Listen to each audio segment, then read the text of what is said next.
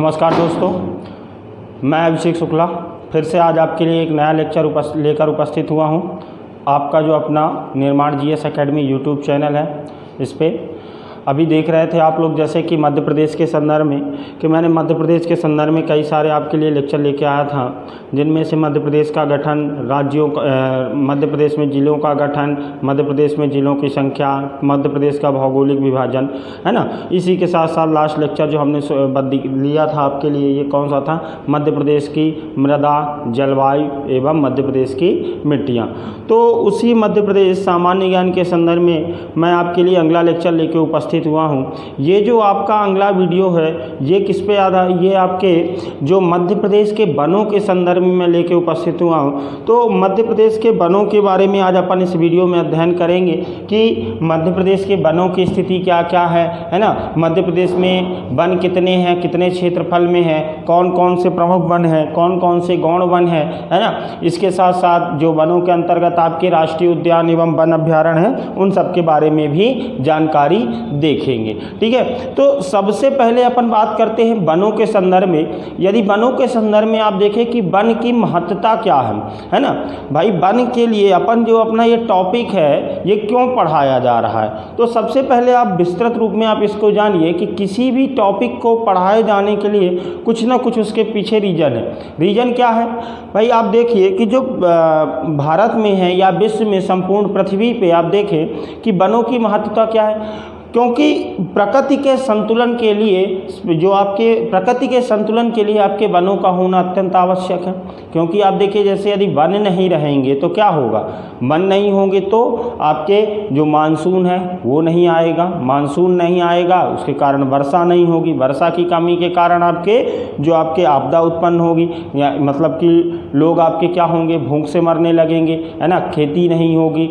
साथ ही साथ आप देखें कि इसके साथ साथ और क्या क्या देखने को मिलेगा कि इसके साथ ही साथ अपन देखें कि जो प्राकृतिक वनस्पति नहीं होगी, वन नहीं होंगे, तो यहाँ पे आपके जो जंगली जीव जंतु हैं उनके आवास की समस्या होगी। साथ ही साथ जो उनके जीवन निर्वहन की व्यवस्था है वो भी क्या होगी? प्रभावित होगी। तो जैसे अभी आप देखते हैं, किताबों में पढ़ते हैं कि डायनासोर आपके किस प्रकार के विलुप्त प्राय है या आपके पूरी तरह से खत्म है। डायनासोर के अब सिर्फ अवशेष ही बचे, जो कहीं आपके धार वगैरह राष्ट्रीय उद्यान में रख के आपके क्या दिखाए जाते हैं।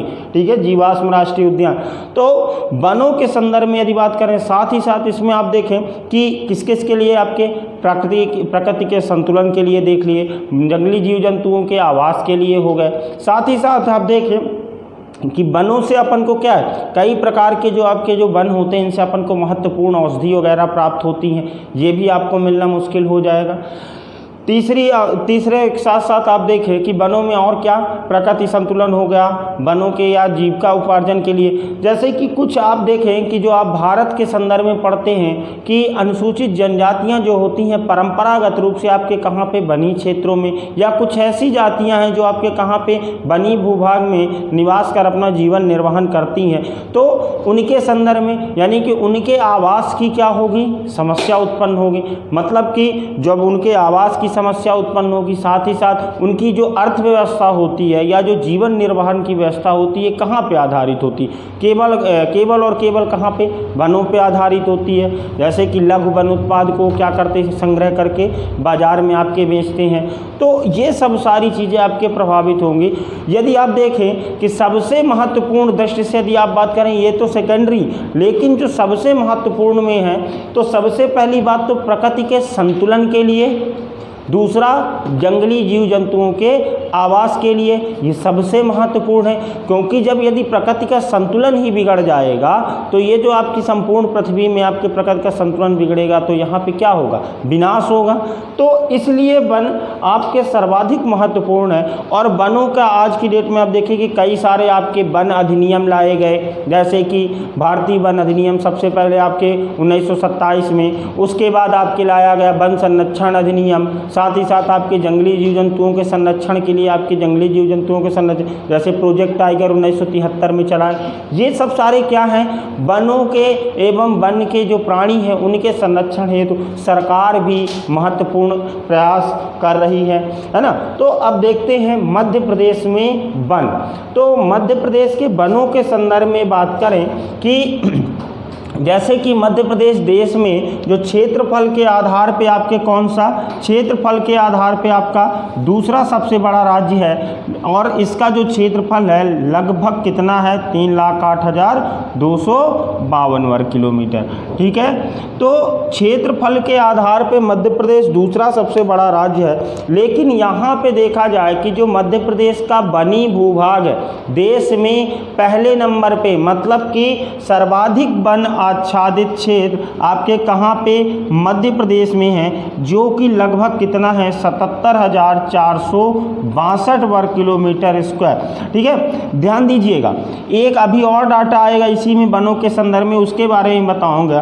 तो मध्य प्रदेश में जो वनों की स्थिति है ये क्या है, मध्य प्रदेश में वन कितने हैं, 77,462 वर्ग किलोमीटर क्षेत्रफल के साथ मध्य प्रदेश सर्वाधिक वनीय भूभाग वाला क्षेत्र है। मतलब यदि क्षेत्रफल के आधार पे बात करें तो सर्वाधिक वन क्षेत्र कहाँ पे हैं, आपके मध्य प्रदेश में है। ठीक है, ध्यान दीजिएगा, मैं क्षेत्रफल के आधार की बात कर रहा हूँ, ना कि प्रतिशतता के आधार पे।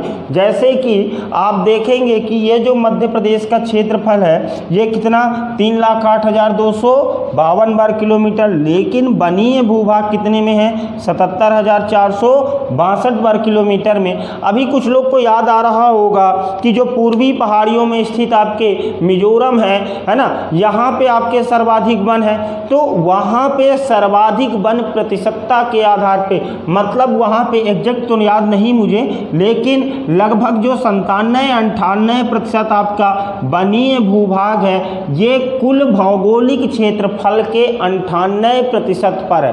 तो अब इनमें दोनों में कन्फ्यूजन हो रहा होगा कि ये कैसे, यहाँ पे 97-98% है और ये यहाँ पे 77,462 वर्ग किलोमीटर। तो ध्यान दीजिएगा, यहाँ पे खेल किसका है, सिर्फ और सिर्फ क्षेत्रफल का। जैसे मध्य प्रदेश का क्षेत्रफल कितना है, 3,08,252 वर्ग किलोमीटर, और यहाँ पे आप देखेंगे कि जो मिजोरम का क्षेत्रफल है 55,000 वर्ग किलोमीटर के आसपास दिखता है, एग्जैक्ट याद नहीं है लेकिन 55,000 वर्ग किलोमीटर के आसपास दिखता है, जिसके लगभग 97-98% पर है।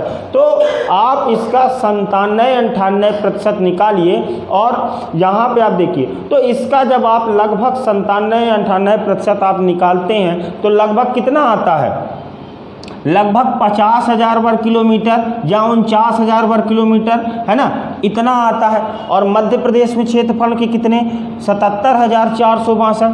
मतलब कि कहा जाए तो जो ये क्षेत्रफल है राज्य का क्षेत्रफल से भी अधिक मध्य प्रदेश के वनीय क्षेत्र हैं। देख लीजिए यहाँ पे 77,462 वर्ग किलोमीटर। अब आप इसका परसेंटेज निकालेंगे, यदि आपसे थोड़ी बहुत भी मैथ आती है तो इसका आप परसेंटेज निकालेंगे तो ये लगभग आपके 25% कुछ भाग में आता है, 25 से 26% भूभाग। यानी कि दोनों में अंतर समझ गए।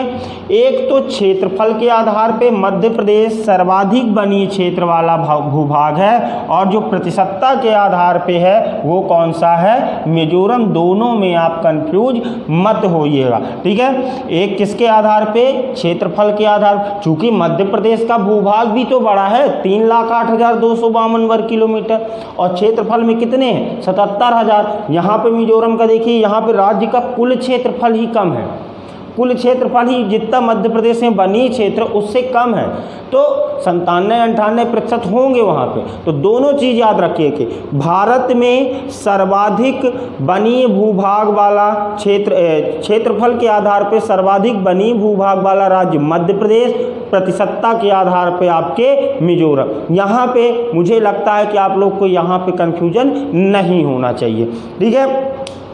ये तो हो गई मध्य प्रदेश के वनीय भूभाग के बाद। यहाँ पे आप देखेंगे कि मध्य प्रदेश में यदि आप विस्तृत अध्ययन करेंगे तो मध्य प्रदेश में दो तरह के आपके डाटा मिलते हैं वनों के संदर्भ में। एक तो मध्य प्रदेश में वनों के संदर्भ में डाटा मिलता है कौन सा, मध्य प्रदेश का रिकॉर्डेड वन क्षेत्र, एक तो है रिकॉर्डेड वन क्षेत्र और दूसरा मिलता है मध्य प्रदेश का कुल वन आच्छादित प्रदेश। आच्छादित का मतलब क्या है, यहाँ पे आपको मिलता है वन आच्छादित प्रदेश 77,462 वर्ग किलोमीटर, जबकि कुल रिकॉर्डेड वन क्षेत्र मिलता है आपके कितना 94,960 वर्ग किलोमीटर।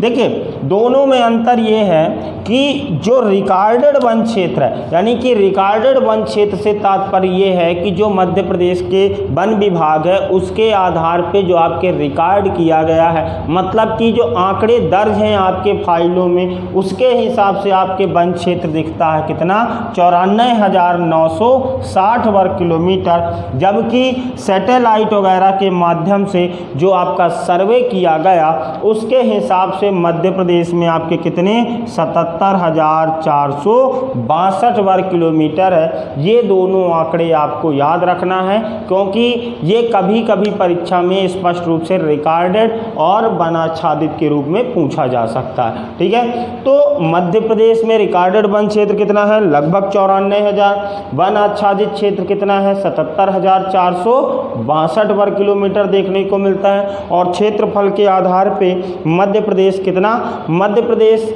क्षेत्रफल के आधार पे सर्वप्रथम यानी कि पहला राज्य है जहाँ पे सर्वाधिक वनीय भूभाग है। मुझे लगता है यहाँ पे यहाँ तक आपको दिक्कत नहीं होना चाहिए। अब यदि बात करें कि ये जो वन क्षेत्र है मध्य प्रदेश का ये कितने, ये लगभग 25 मध्य प्रदेश के कुल भौगोलिक क्षेत्रफल के 25.13% भूभाग पे फैला हुआ, कितना 25.13% भूभाग पे, यानी कि मध्य प्रदेश के कुल भौगोलिक क्षेत्रफल पे कितने प्रतिशत पे 25.13% पे आपके वन आच्छादित या वनी भूभाग है। ठीक है, यहाँ तक आपके हो गए रिकॉर्डेड वन और आपके क्या हो गए वन आच्छादित क्षेत्रफल मध्य प्रदेश का।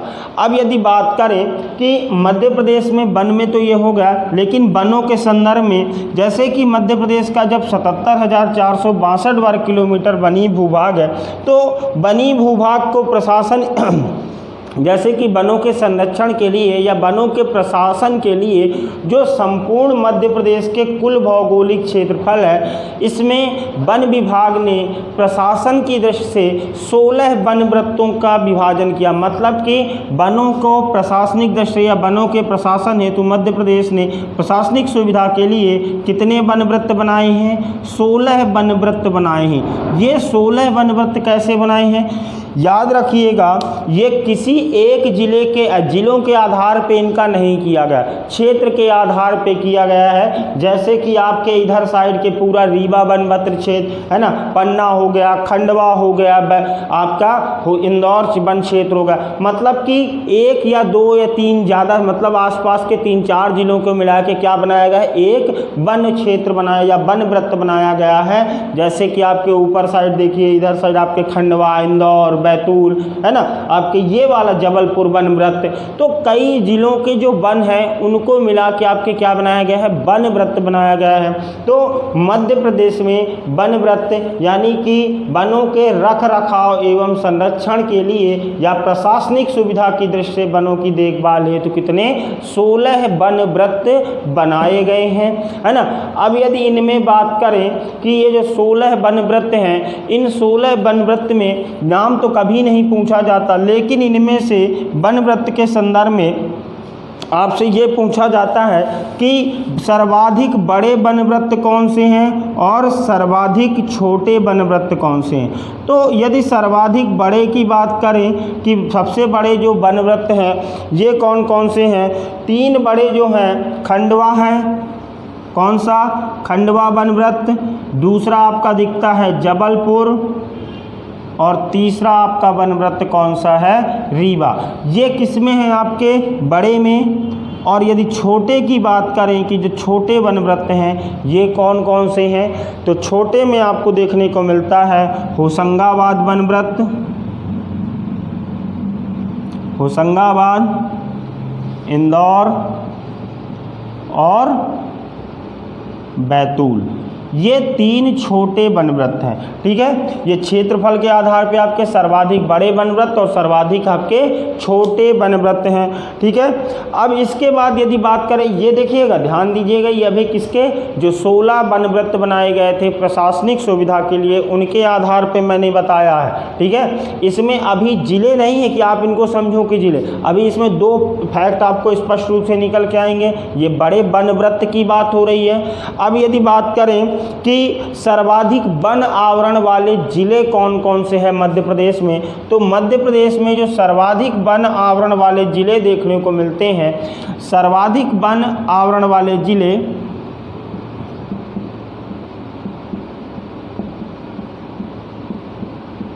ये जो सर्वाधिक वन आवरण वाले ज़िले हैं कौन कौन से हैं, बालाघाट, रीवा और छिंदवाड़ा। मतलब कि ये जिलों की बात हो रही, पहले कौन से हो रहे थे, पहले वनवृत्त हो रहे थे। ये क्या है, वन आवरण वाले ज़िले, बालाघाट, रीवा, छिंदवाड़ा, और जो छोटे या न्यूनतम वन आवरण वाले ज़िले, कौन से, न्यूनतम वन आवरण वाले ज़िलों की बात करें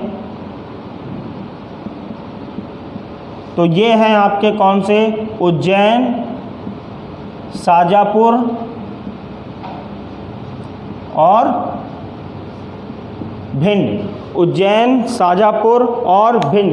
मतलब कि सर्वाधिक वन आवरण आपके कहाँ पे, बालाघाट जिले में। न्यूनतम वन आवरण कहाँ पे देखने को मिलता है आपके, उज्जैन में। लगभग 33 किलोमीटर के आसपास यहाँ पे वन बचे हैं शेष।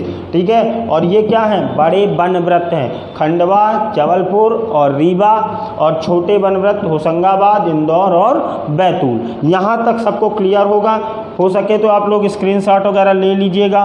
ठीक है, ये तो हो गए जो फैक्ट की दृष्टि की, यानी कि जो फैक्ट है आपके ज़्यादातर पूछे जाते हैं कि मध्य प्रदेश में वनवृत्त कितने हैं, तो मध्य प्रदेश में वनवृत्त हैं 16। मध्य प्रदेश में सर्वाधिक वन आवरण वाला जिला कौन सा है, तो बालाघाट है। मध्य प्रदेश में न्यूनतम वन आवरण वाला जिला कौन सा है, तो न्यूनतम वन आवरण वाला जिला है उज्जैन। मध्य प्रदेश में सर्वाधिक बड़ा वनवृत्त कौन सा है, तो खंडवा। मध्य प्रदेश में न्यूनतम या सबसे छोटा वनवृत्त कौन सा है, तो वो कौन सा है, होशंगाबाद। ठीक है, यहाँ तक हो गया। इसके बाद आगे देखते हैं कि ये प्रशासनिक दृष्टि से मध्य प्रदेश के कितने 16 वनवृत्त में विभाजन किया गया है। इसके साथ ही साथ मध्य प्रदेश के वनों का उप विभाजन लगभग आपके कितने भागों में किया गया है, यदि मध्य प्रदेश के वनों का उप विभाजन किया गया है लगभग 5 भागों में या 5 प्रकृति के आधार पर किया गया है। तो आप देखिए कि मध्य प्रदेश में वनों का उप विभाजन, ये कौन कौन से हैं, पहला तो है भौगोलिक आधार पे, दूसरा है आपके प्रादेशिक, तीसरा है आपके प्रजाति, चौथा है शासकीय और 5वां है आपके वन विभाग। ठीक है, भौगोलिक, प्रादेशिक, प्रजाति, शासकीय एवं वन विभाग 5 भागों में उप विभाजन किया गया है वनों का। तो पहला तो जो उप विभाजन है भौगोलिक आधार पे, दूसरा उप विभाजन किसके आधार पे, प्रादेशिक आधार पे, तीसरा प्रजाति के आधार पे, चौथा शासकीय आधार, 5वां वन विभाग। अब इनके अंतर भी कुछ उप विभाजन किया गया है। कैसे, जैसे कि इसके पिछले वीडियो में हमने डिस्कस किया था कि मध्य प्रदेश की वर्षा का स्तर क्या है। वर्षा का स्तर आप देखते हैं कि मध्य प्रदेश के, जैसे आप पश्चिमी भाग में देखेंगे, पश्चिमी भाग में आपको वर्षा कम दिखाई पड़ती है, और जैसे जैसे आप पूर्व की ओर बढ़ते हैं वर्षा का स्तर आपको अधिक दिखाई पड़ता है। जैसे आपके पश्चिमी भाग में 75 सेंटीमीटर, लगभग यहाँ पे आपके कितने 100 सेंटीमीटर के आसपास ये वाले क्षेत्र यहाँ से यहाँ तक में, और यहाँ पे आपके 125 सेंटीमीटर औसतन वर्षा देखने को मिलती है। तो कुछ जैसे आप देखेंगे कि ये वर्षा के जो वनस्पतियों के प्रकार हैं या जो आपके वनों के प्रकार है वर्षा के स्तर पे निर्भर करते हैं। आप जैसे भिन्न भिन्न क्षेत्रों में देखिए तो आपको भिन्न भिन्न प्रकार के जो पेड़ पौधे दिखाई पड़ते हैं। जैसे कि आप देखिए कि जहाँ पे वर्षा का स्तर न्यूनतम होता है वहाँ पे क्या होता है, आपके शुष्क एवं कटीले वन दिखाई पड़ते हैं। शुष्क एवं कटीले से मतलब है कि जिनको पानी की आवश्यकता क्या होती है, न्यूनतम या पानी की आवश्यकता नहीं, ये जो पानी की कमी के कारण क्या होते हैं, ये किस प्रकार के कांटेदार झाड़ियाँ जैसे नागफनी हो गया, बबूल हो गया, इस तरह के। और उसके बाद आप देखेंगे कि कई जगह पे आप देखेंगे वर्षा ऋतु के उपरांत जब ये आपका कौन सा पतझड़ वाला मौसम आता है, तो जब वर्षा की कमी होती है तो ये पानी की या अपने जीवन बनाए रखने के लिए ये पेड़ क्या करते हैं, अपने पत्ते गिरा देते हैं। जैसे आप देखेंगे पश्चिमी क्षेत्र में आपको कटीले वन ज़्यादातर देखने को मिलेंगे।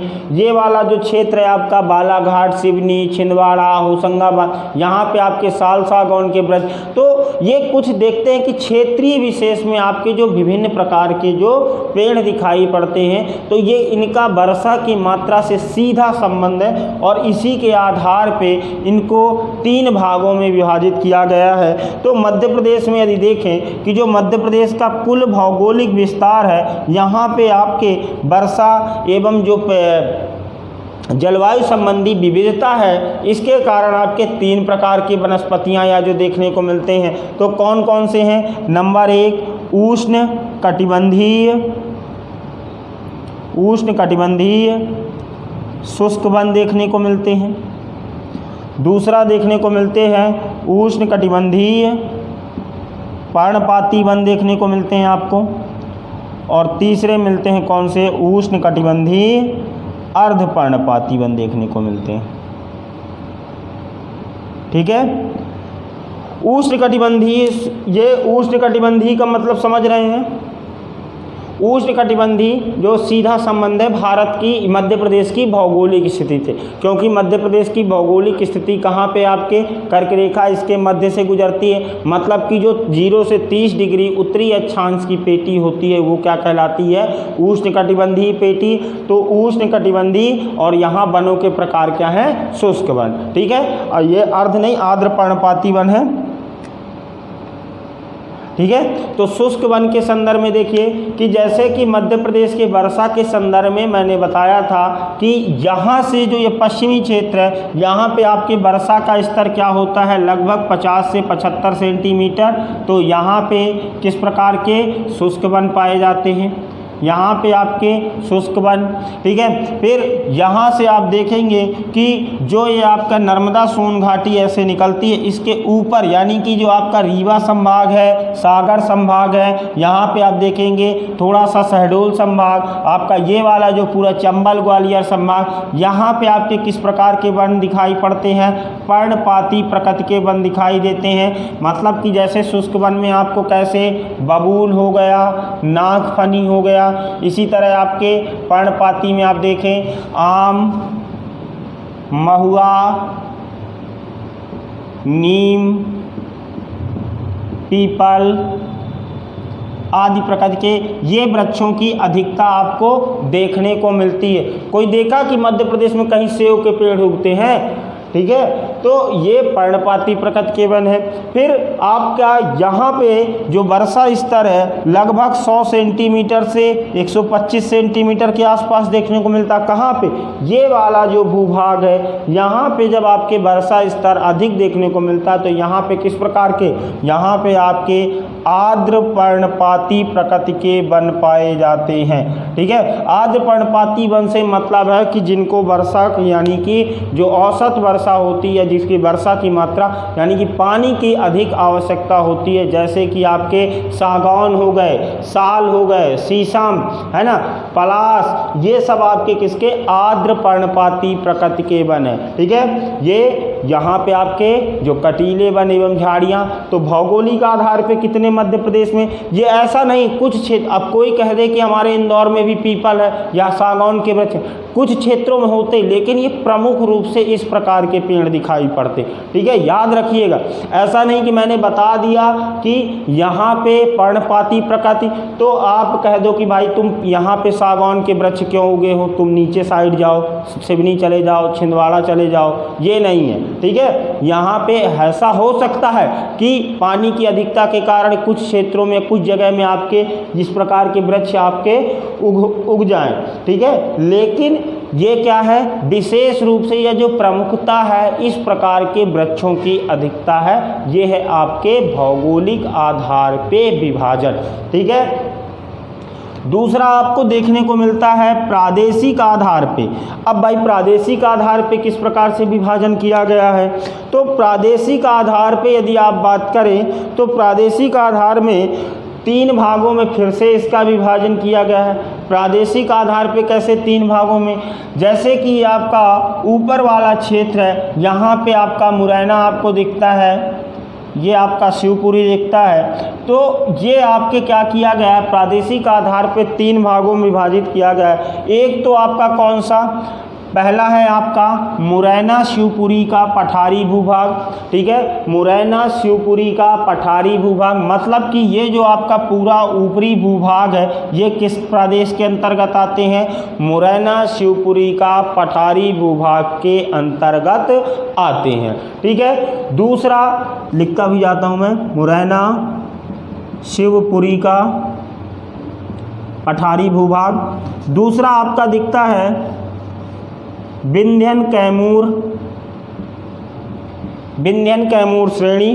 ठीक है, अब विंध्यन कैमूर की बात करें, आप देखते हैं कभी भी भारत के मैप में देखिए कि भारत के मैप में अरावली से लेके आपके कहाँ तक, छोटा नागपुर के पठार तक आपकी जो विंध्याचल पर्वतमाला फैली हुई है, ये यहाँ पे मध्य प्रदेश से लगभग ऐसे गुजरती है, ये पूरा संपूर्ण मध्य प्रदेश को ऐसे कवर करते हुए निकलती है। तो ये जो विंध्यन कैमूर यानी कि पहला तो हो गया मुरैना शिवपुरी का पठारी भूभाग, दूसरा ये जो पेटी किसकी या जो प्रदेश बनाया गया वनों के आधार पे, कौन सा, विंध्यन कैमूर श्रेणी या विंध्यन कैमूर वनीय क्षेत्र, यानी कि जो विंध्याचल पर्वतमाला है ये आपके क्या है, इसके आसपास। और तीसरा कौन सा है, तीसरा जो विभाजन किया गया किसका, नर्मदा सोन घाटी का दक्षिणी भूभाग, नर्मदा सोन घाटी का दक्षिणी भूभाग, मतलब कि स्पष्ट रूप से ये जो आपका यहाँ से यहाँ पे आप देखेंगे कि अमरकंटक अनूपपुर से जो नर्मदा नदी निकलती और अलीराजपुर होते हुए निकल जाती, तो ये जो सतपुड़ा मैकल श्रेणी है भौगोलिक विभाजन में, इसके जो पूरा सतपुड़ा मैकल श्रेणी है किस प्रदेश के आधार के अंतर्गत, नर्मदा सोन घाटी का दक्षिणी भूभाग। 3 भाग देखें, पहला तो मुरैना शिवपुरी का पठारी भूभाग, दूसरा है विंध्यन कैमूर श्रेणी और तीसरा है नर्मदा सोन घाटी का दक्षिणी भूभाग। प्रादेश देखें 3 भागों में कितने, 3 भागों में आपके भौगोलिक आधार पे विभाजन और 3 भागों में आपके प्रादेशिक आधार। देख लीजिए आधार अलग अलग हैं, ये नहीं कि आप गिन के 15-20 विभाजन कर दीजिएगा, 15-20 विभाजन नहीं करना, 3-3 है, सब में 3-3 है। ये जो 5 भाग आधार हैं इनके 3-3 उप विभाजन है। पहला तो भौगोलिक आधार पे 3 उप विभाजन, प्रादेशिक आधार पे 3 उप विभाजन और प्रजाति के आधार पर। तो अब जो तीसरा है प्रजाति के आधार पे, प्रजाति के आधार पे क्यों किया गया है कि मध्य प्रदेश में विशेष रूप से किस प्रकार के या किस प्रजाति के वन पाए जाते हैं या किनकी अधिकता है उसके आधार पे। तो मध्य प्रदेश में देखा जाए तो लगभग सभी प्रकार के वन पाए जाते हैं या जो पेड़ पौधे हैं ये पाए जाते हैं, लेकिन इनमें से 2 विशेष प्रजाति हैं जिनमें आपकी प्रमुखता देखने को मिलती है। तो पहला तो है आपके सागौन, दूसरा है आपका साल और तीसरा है आपका मिश्रित, सागौन, साल एवं मिश्रित। अब सागौन की बात करें कि जो मध्य प्रदेश का पूरा दक्षिणी भूभाग है, यहाँ पे जैसे कि होशंगाबाद हो गया, बालाघाट, सिवनी, छिंदवाड़ा, है ना, बैतूल, यहाँ पे आपके किस प्रकार के सागौन के वन, मतलब कि ये जो पूरा दक्षिणी भूभाग है यहाँ तक आपके नर्मदा या जो होशंगाबाद तक आपके लगभग ये नर्मदापुरम संभाग जो यहाँ पे आता है, यहाँ पे किस प्रकार की वनों की या किस प्रजाति के वनों के, सागौन की वनों की अधिकता देखने को मिलती है। ठीक है, साथ ही साथ यहाँ से आपका ये वाला जो पूरा क्षेत्र, कहाँ से आपके अनूपपुर, शहडोल, उमरिया, डिंडौरी, मंडला, बालाघाट, ये वाला जो पूरा क्षेत्र यहाँ पे आपके साल के प्रजाति के वृक्षों की अधिकता। और तीसरा जो मिश्रित प्रजाति है, मतलब कि इसमें जितने भर दुनिया भर के पेड़ पौधे इसके अंतर्गत कर दिए गए, किसके, मिश्रित प्रजाति के। देखिए ध्यान रखिएगा, प्रजाति के आधार पे सागौन, साल और मिश्रित। सागौन में आपके समझिए कि इसकी कई बार प्री एग्ज़ाम हो गया, MPSI हो गया, कांस्टेबल हो गया, आपके जितने भर मध्य प्रदेश के संबंधित पेपर, इसका आपका पूछा जाता है कि मध्य प्रदेश में किन वनों की अधिकता है, तो उसमें सागौन, आम, नीम, पीपल लिखा रहता, तो आप सागौन लगा के आइएगा। ठीक है, साथ ही साथ कई बार यहाँ पे इसका वानस्पतिक नाम भी पूछा जाता है, तो सागौन के वानस्पतिक नाम याद रख लीजिए। सागौन का जो वानस्पतिक नाम है क्या है, टेक्टोग्रेनडाई। ठीक है, साल का भी इसी तरह, साल का वानस्पतिक नाम क्या है, सोरिय रोबुस्ता। ये याद रखिएगा, अभी आगे फिर से एक बार इनका रिवीजन करेंगे अपन।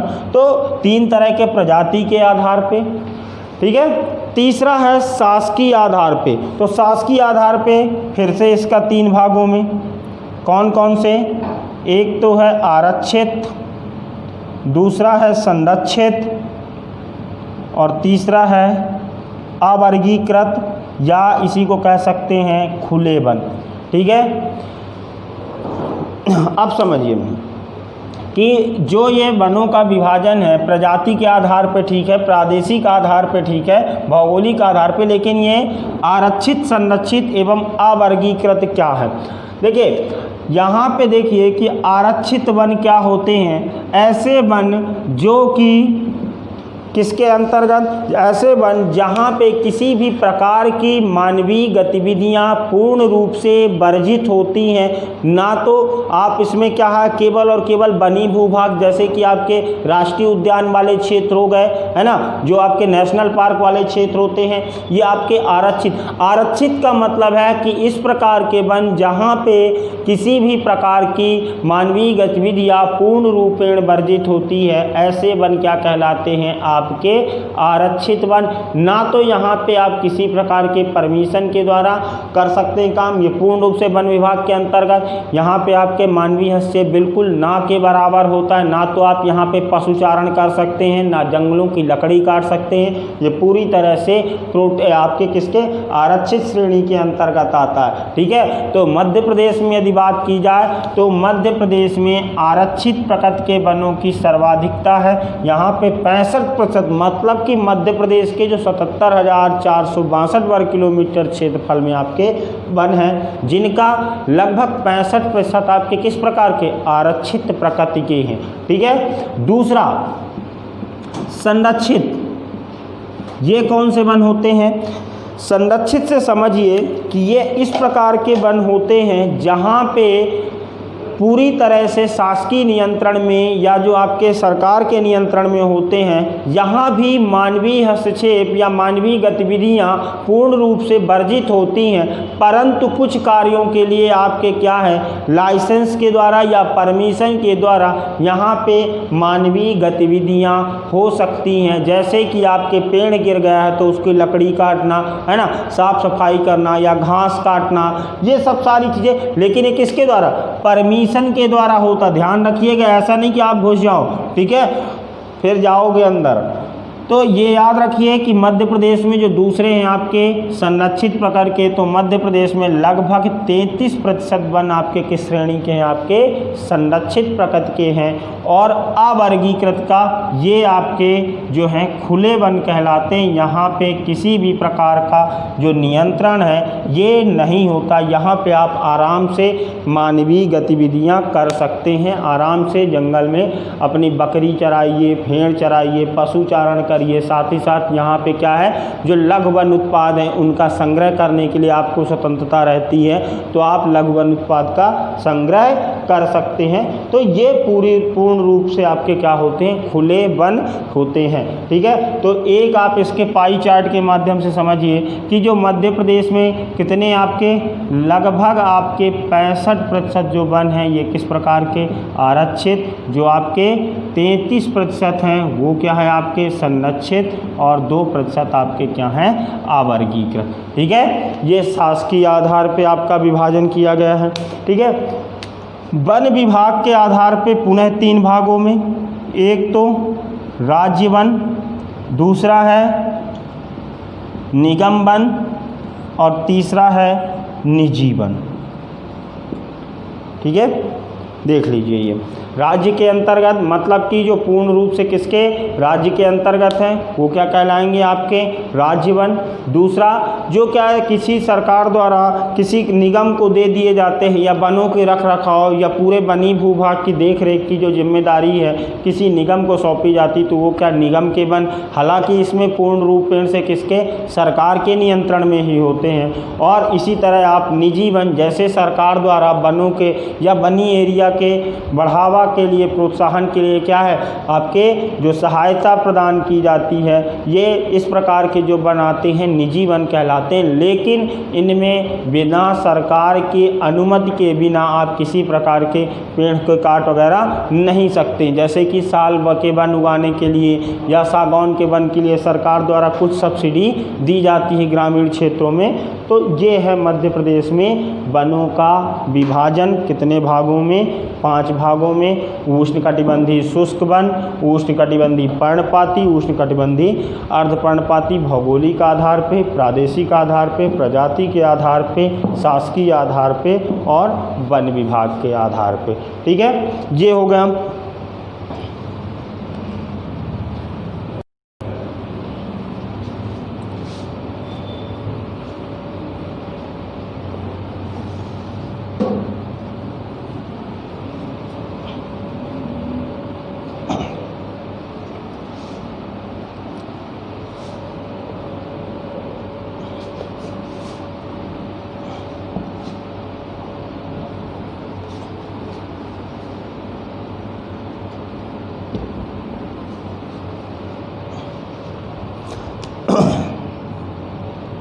अब आप देखिए कि वनों के संदर्भ में जब इतने सारे उप विभाजन आप लोगों ने देख लिए हैं, इसके साथ साथ उप विभाजन के साथ साथ वनों के देखरेख के लिए जैसे कि भारत सरकार द्वारा कई जो आपके स्वतंत्रता के पूर्व भी कुछ नियम बनाए गए थे या कुछ अधिनियम बनाए गए थे, उसके साथ साथ मध्य प्रदेश ने भी वनों के देखरेख के लिए जो अपनी पहली वन नीति है, मध्य प्रदेश की जो पहली वन नीति आई थी, ये कब आई थी वनों के संदर्भ में, जो 1952 में मध्य प्रदेश में वनों के देखरेख रखरखाव एवं बढ़ावा देने के लिए 1952 में आपके क्या बनाई गई, मध्य प्रदेश की पहली वन नीति। ये कई एग्जाम में स्पेशली पूछा गया है कि मध्य प्रदेश की प्रथम वन नीति कब जारी की गई। मध्य प्रदेश की प्रथम वन नीति आपके 1952 में जारी की। लेकिन वर्तमान समय में मध्य प्रदेश ने अपने कई बार वनों के संदर्भ में या वनों के प्रशासन के संदर्भ में, नीतियों के संदर्भ में कुछ सुधार किए हैं, जिसमें से कई नीतियां लागू हुई। लेकिन मध्य प्रदेश में जो वर्तमान समय में नई वन नीति लागू है, ये कौन सी लागू है, नई वन नीति आपके मध्य प्रदेश में लागू है। ये अप्रैल 2005 में बनाई गई थी, ये मध्य प्रदेश में वनों के संदर्भ में आपके नई वन नीति लागू है। ठीक है, दोनों याद रखिएगा। पहली वन नीति आपके कब 1952 में बनाई गई थी, और जो मध्य प्रदेश में वर्तमान में लागू है ये कौन सी है, जो 2005 में। वनों के ये सारी चीज़ें हैं, वनों के क्षेत्र को बढ़ावा देने के लिए इसमें कैसे बढ़ावा दिया जाए, है ना, वनी भूभाग का संरक्षण किस प्रकार से किया जाए, या वनी भूभाग में या जो वनों पे जो निर्भर लोग हैं उनकी गतिविधियों को भी कैसे आपके नियंत्रित किया जाए, है ना, ये सब सारी चीज़ें इस नीति में है। तो ये आपके एग्जाम पॉइंट ऑफ व्यू से महत्वपूर्ण नहीं है वनडे एग्जाम के लिए, हाँ, लेकिन जो मेंस वगैरह लिख रहे हैं उनके लिए महत्वपूर्ण है कि इसमें क्या क्या प्रमुख बातें हैं। कई बार आपके स्पष्ट रूप से पूछा जाता है कि नई वन नीति के प्रमुख प्रावधानों का वर्णन कीजिए या टिप्पणी कीजिए, तो ये उसके लिए महत्वपूर्ण है। ठीक है, अब इसी के साथ साथ आप देखें कि ये मध्य प्रदेश में तो वन के संदर्भ में हो गए, लेकिन यदि आपके ये तो उप विभाजन आपने देखा, लेकिन इसके अलावा भी देखें कि मध्य प्रदेश में वनों का जो विस्तार है या वनों का जो वितरण है ये किस प्रकार है। तो वनों के वितरण के संदर्भ में देखेंगे कि जो मध्य प्रदेश का ये वाला भूभाग है, यहाँ से लगभग ये वाला भूभाग, यहाँ पे आपको देखने को मिलता है अल्प वन, यानी कि मतलब कि इस क्षेत्र में नगरीकरण ज़्यादा है, तो यहाँ पे वन किस प्रकार के आपके जो वन है ये किस प्रकार के हैं, आपके अल्प वन पाए जाते हैं। ये वाला जैसे आप देखें इंदौर में हो गया आपके न्यूनतम जो वन आवरण वाला जिला उज्जैन, ये आपके कहाँ पे, उज्जैन, ये आपके इधर साइड पश्चिमी भूभाग में। और यहाँ से आप देखेंगे कि ये वाला जो भौगोल प्रादेशिक क्षेत्र है, यहाँ पे आपके मध्यम वन, मतलब कि यहाँ पे मध्यम और यहाँ पे आपके सघन वन। ठीक है, मतलब कि यहाँ पे वनों किस प्रकार है, अल्प प्रकृति का वितरण है, यहाँ पे आपके मध्यम प्रकृति का, और जो आपका मध्य प्रदेश का ये दक्षिणी भूभाग है, या आप इसको कह सकते हैं दक्षिण पूर्वी भूभाग, यहाँ पे आपके किस प्रकार के सघन प्रकृति के वन पाए जाते हैं, मतलब कि यहाँ पे वनों की मात्रा अधिकता है। ठीक है, ये हो गया मध्य प्रदेश में वनों का वितरण।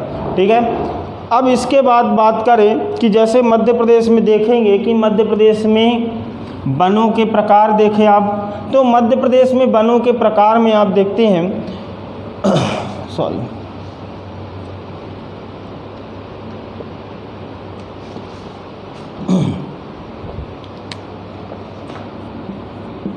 अब आइए देखते हैं मध्य प्रदेश में वनों के प्रकार। मध्य प्रदेश में यदि आप देखें तो दो प्रकार के प्रमुख रूप से वन, यानी कि जो प्रमुख है और दूसरे कौन से हैं, जो गौण प्रकृति के हैं, है ना। तो प्रमुख वन की यदि बात करें तो मध्य प्रदेश में तीन ही दिखते हैं आपके। एक तो सागौन के वन, ये पूरा आपका ये वाला जो पेटी है आपकी दक्षिणी पेटी यहाँ पे। दूसरा आपका दिखता है साल के वन, और तीसरे आपके दिखते हैं बांस के वन।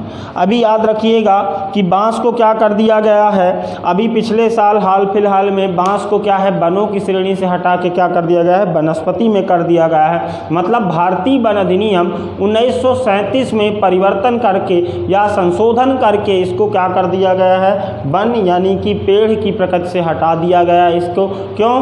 क्योंकि उसमें जो आपके दिक्कत क्या है कि बांस बहुत सारे आपकी जो जनजातियाँ हैं किस पे निर्भर रहती हैं, बांस पे, बांस के जो बर्तन वगैरह बनाने हैं, तो जिसके कारण क्या है उन पे क्या करना पड़ता था कि बांस के कटाई के कारण उन पे आपके कानूनी कार्रवाई होती थी, जिसके कारण अब इसमें क्या कर दिया गया है, सुधार कर दिया गया है या संशोधन करके इसको पेड़ की प्रकृति से हटा दिया गया। ठीक है, दूसरा है आपका गौण प्रकृति के वन। यहाँ पे आप देखेंगे कि मध्य प्रदेश में ऐसा नहीं कि पूरे मध्य प्रदेश में सागौन, साल एवं केवल और केवल बांस के वृक्ष पाए जाते हैं। इसके साथ साथ मध्य प्रदेश में जैसे कि तेंदुपत्ता हो गया, हर हो गया, बहेरा हो गया, आंवला हो गया, है ना, लाख हो गया, ये सब प्रकृति के भी वन पाए जाते हैं। जो लघु वन उत्पाद आपके किसके, जो जनजातीय लोग हैं उनके किसकी दृष्टि से, उनके जीविकोपार्जन की दृष्टि से, साथ ही साथ औद्योगिक गतिविधियों को बढ़ावा देने के लिए या औषधि निर्माण के लिए आपके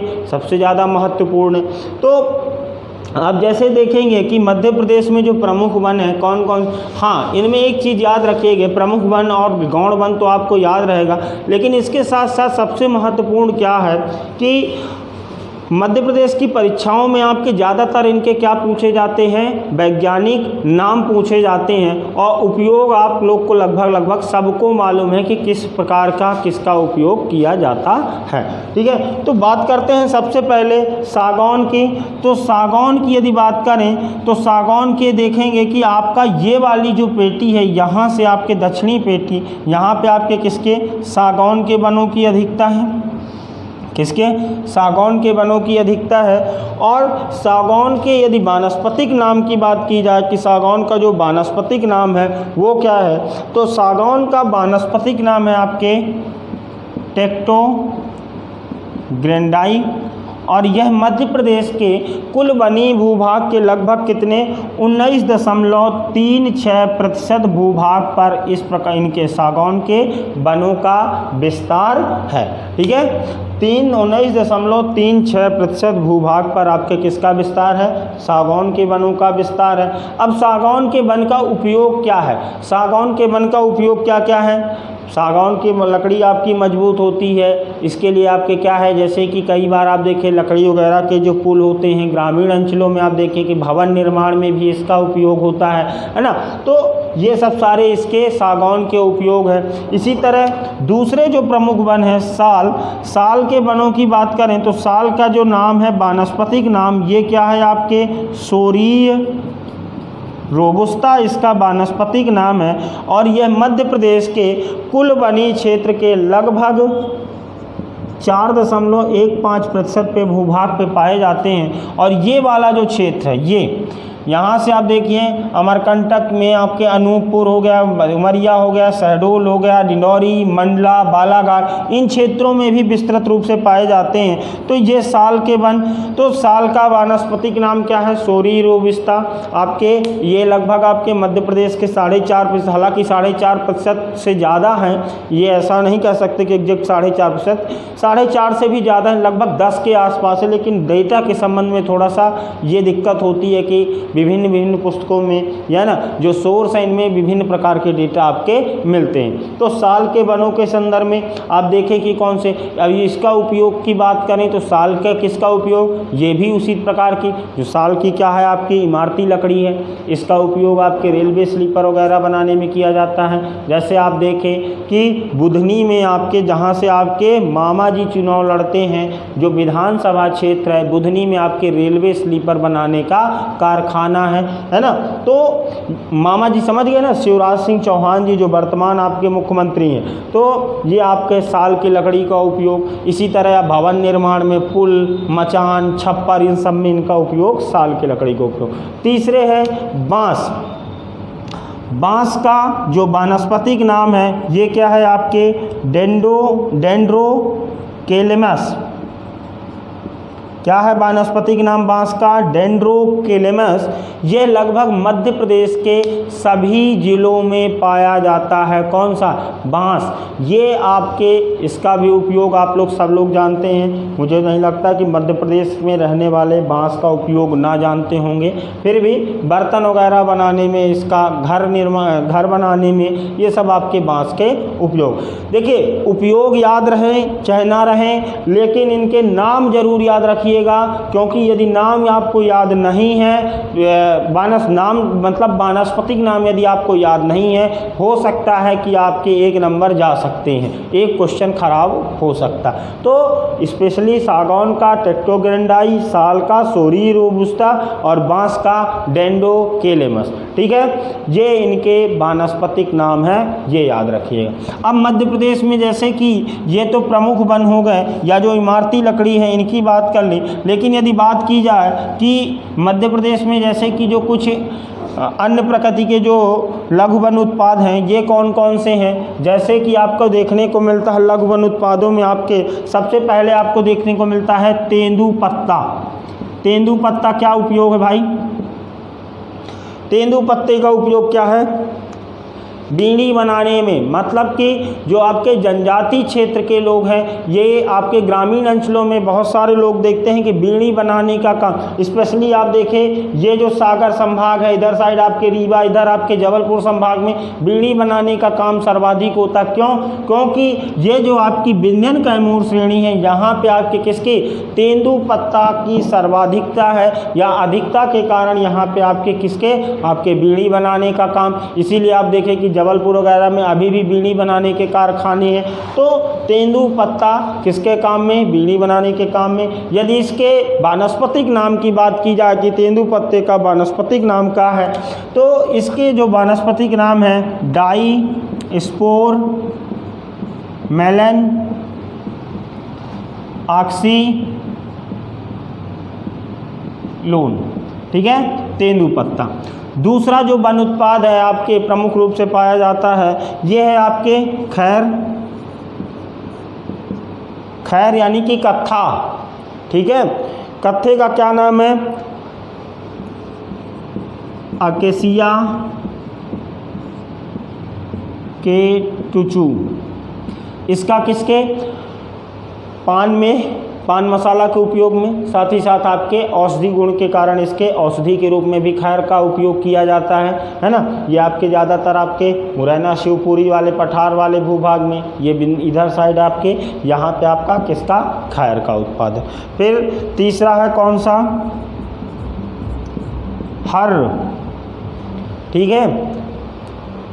अब जिसको ना मालूम हो घर में अपने बुजुर्गों से पूछ सकता है कि हर क्या चीज़ है, और जाके उसका देख सकता है। बुजुर्ग भी ना बताएं तो जाके किराना के स्टोर में पूछ लेना, ठीक है। हर की यदि बात करें, इसका क्या नाम है? अवचेनिया मैरिना।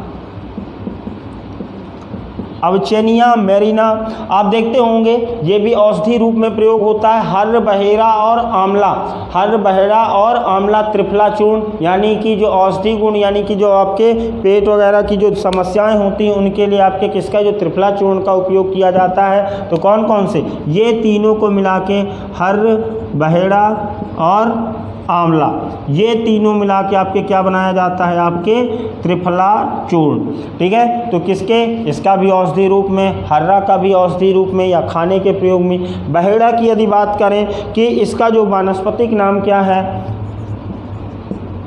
टमेलिया बेरेलिका। किसका? बहेड़ा का। आंवले की यदि बात करें, आंवले का याद रखिए पाइलेंथस एम्बलिका। देख लीजिए, हर बहेड़ा और आंवला। तेंदुपत्ते का क्या है वानस्पतिक नाम? डाइस्पोर मेलन ऑक्सीलोन। खैर का क्या नाम है? अकेसिया केटुचू। हर्र का क्या नाम है? अवचेनिया मैरिना। बहेड़ा आपके टमेलिया बेरेलिका।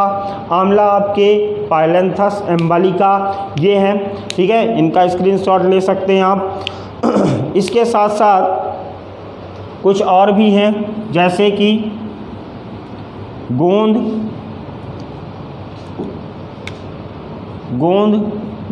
ये किसके रूप में?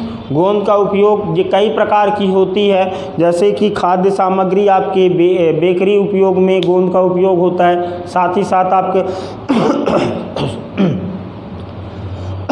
चिपकाने में, है ना। तो ये गोंद का उपयोग किसके? चिपकाने, यानी कि जो चिपकाने वाली गोंद होती है वो बनाने में, बेकरी में, पेस्ट्री वगैरह में बनाने में गोंद का उपयोग होता है। यदि गोंद के वानस्पतिक नाम की बात करें तो गोंद का जो वानस्पतिक नाम है लिक्विडेम्बल स्क्राइका फ्लूआ, ठीक है। अब यहाँ से आप ये भी याद रख सकते हैं कि जैसे गोंद किस प्रकार गिर जाती तो बहने लगती, तो फ्लूआ, लिक्विडेम्बल लिक्विड है और लिक्विड है तो क्या होगा? फ्लो होगा। तो लिक्विडेम्बल स्क्राइका फ्लूआ, ठीक है। ये गोंद का वानस्पतिक नाम है। इसके साथ साथ आपके भिलावा, ये किस में उपयोग होता है? भिलावा का उपयोग होता है स्याही बनाने में, पेंट बनाने में, तो ये आपके इधर साइड आपके जबलपुर संभाग में सिवनी, छिंदवाड़ा यहाँ पे आपके देखने को मिलते हैं इनकी सर्वाधिक। तो भिलावा की यदि बात करें तो इसका जो वानस्पतिक नाम है क्या है, सेमेकेपर्स एनाकार्डियम। सेमेकेपर्स एनाकार्डियम भिलावा मुख्य रूप से स्याही बनाने में, और छिंदवाड़ा में स्याही बनाने का कारखाना है आपके कहाँ पे, जहाँ पे आपके भिलावा से क्या बनाई जाती है, आपके स्याही का निर्माण किया जाता है। ठीक है, इसके साथ साथ आपके एक जो लघु वन उत्पाद है, ये कहाँ कौन से आपके,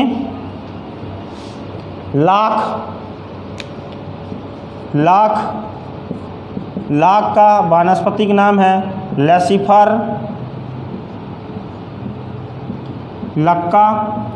ये किसके रूप में, ये जो आपकी सजावटी वस्तुएं हैं जैसे कि आपके कंगन हो गए, चूड़ियाँ हो गए, इनके बनाने में है ना, लाख के कंगन वगैरह, तो ये आपके किसके रूप में उपयोग होता है लाख का। यदि आप देखें जो उमरिया है, यहाँ पे आपका एक लाख से इस प्रकार की जो सजावटी वस्तुएं बनाने का एक आपका सरकारी कारखाना कहाँ पे, आपके उमरिया में, स्याही बनाने का छिंदवाड़ा में, और आपके कहाँ पे, उमरिया में, इसका लाख से जो आपकी सजावटी वस्तुएं हैं उनके बनाने का।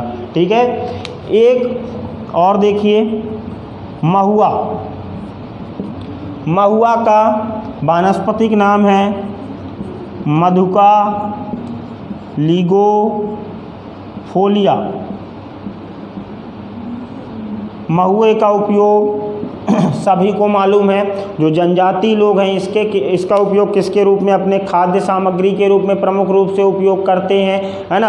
आप जैसे देखिए ताड़ी वगैरह बनाने में, देसी जो आपके शराब होती है इसके बनाने में किसका उपयोग होता है, महुए के उपयोग में। और ये जनजाति लोगों किसके, आपके अर्थव्यवस्था का भी आधार है महुआ, क्योंकि इसको ये क्या करते हैं, संग्रह करके आपके वनों में बाज़ारों में बेचते हैं, और अपनी अर्थव्यवस्था भी इनकी यानी कि जो कमाई करते हैं, तो अर्थव्यवस्था का प्रमुख आधार। मतलब कि ये जो आपके लगभग सभी वन उत्पाद हैं, इनका उपयोग किसी न किसी रूप में, किसी का स्याही बनाने में, किसी का सजावटी वस्तुएं बनाने में, किसी का आपका खाने में, और किसी का औषधि गुण के कारण। तो ये प्रमुख रूप से कुछ लघु वन उत्पाद पाए जाते हैं। ये आपके जो 10-12 आपके जो लघु वन उत्पाद हैं, इनके नाम स्पेशली पूछा जाता है, वानस्पतिक नाम। उपयोग तो लगभग सभी को मालूम है, लेकिन इनके वानस्पतिक नाम जरूर याद रखिएगा, क्योंकि कई बार एसआई के एग्ज़ाम में, पीएससी के एग्ज़ाम में, कांस्टेबल में हो गया, जो बीएड परीक्षा होती है इसके लिए, तो इनमें पूछे जा चुके हैं, जेल प्रहरी वगैरह में। तो स्पेशली याद रखिएगा इनके क्या, वानस्पतिक नाम, जैसे भिलावा हो गया, महुआ हो गया, लाख हो गया, इन सब के संदर्भ में। ठीक है, यहाँ तक आज आपने देखा कि मध्य प्रदेश के वनों का वितरण, मध्य प्रदेश में वनों में वन कितने हैं, कितने क्षेत्रफल पे हैं, मध्य प्रदेश के कितने वन वृत्त हैं, मध्य प्रदेश में वनों का उपविभाजन देख लिया आपने, मध्य प्रदेश में वनों के प्रकार देख लिए, और ये जो आपके प्रमुख वन, गौण वन के बारे में आपने जानकारी प्राप्त की। अब वनों के संदर्भ में ही जो आपके क्या है, अगला जो है आप जैसे राष्ट्रीय उद्यान वगैरह, ये सब आपके वन से ही संबंधित है। तो जो मैं अगला लेक्चर लेके उपस्थित होऊंगा आपके संदर्भ में, वो कौन सा होगा, मध्य प्रदेश के प्रमुख राष्ट्रीय उद्यान एवं वन अभ्यारण्य। तब तक यहाँ तक आप रिवीजन करिए, है ना। इसके संदर्भ में यदि किसी को कोई भी डाउट हो तो आप कमेंट कर सकते हैं कमेंट बॉक्स में, उसके ऊपर भी मैं फिर अपना आपको क्या, उसका जो आपके जो भी डाउट हो उसका निराकरण किया जाएगा, ऐसा नहीं है। ठीक है, तो यदि आपको ये वीडियो जो आपके मध्य प्रदेश के वनों के संदर्भ में जानकारी है आपको पसंद आई, तो आप क्या करिए, लाइक करिए, शेयर करिए एंड सब्सक्राइब करिए। ठीक है, थैंक यू, धन्यवाद।